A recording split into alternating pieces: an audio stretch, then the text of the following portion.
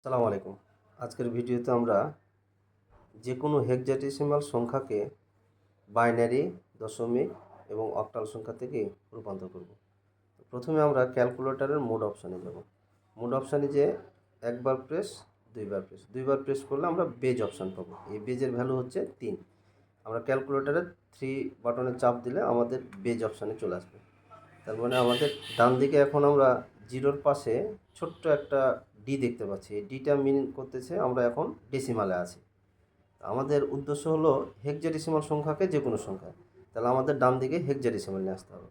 আমাদের এই 4টা আইকন ডেসিমাল, হেক্সাডেসিমাল, বাইনারি আর কি অক্টাল।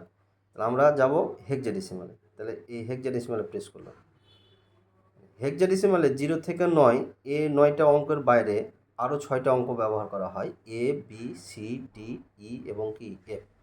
0 থেকে 9 পর্যন্ত আমাদের এই বাটনগুলোতেই আছে, আর এ থেকে এফ পর্যন্ত আমাদের এই বাটনগুলো ব্যবহার করতে হবে। এটা হলো এ, এটা হলো বি, এটা হলো সি ডি ই এফ।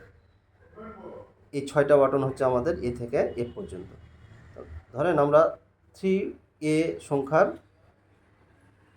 রূপান্তর করব, তাহলে 3 চাপ দিলাম, এবার এ চাপ দিতে হবে, তাহলে এটা যদি সি চাপ দিতে হতো তাহলে এটা দিতে হতো, কারণ 3C দিলাম আমরা 3C। যে কোনো সংখ্যা লেখার পরে আমাকে অবশ্যই ইকুয়াল প্রেস করতে হবে। এখন আমরা নিচে 3C আসছে, এটা কি সংখ্যা? হেক্সাডেসিমাল। এটাকে এখন দশমিকে, তাহলে দশমিকে বলতে এই যে ডেসিমাল। তাহলে 3C এর ডেসিমাল ভ্যালু হচ্ছে 60। যদি আমি বাইনারিতে যাই তাহলে দেখেন এটা হলো আমাদের কি বাইনারি, যে নিচে আছে BIN বাইনারি, তাহলে এটাতে চাপ দিলে আমাদের বাইনারি হবে এটা। আমি যদি অক্টালে যাই তাহলে এটা হবে কি অক্টাল। Thank you.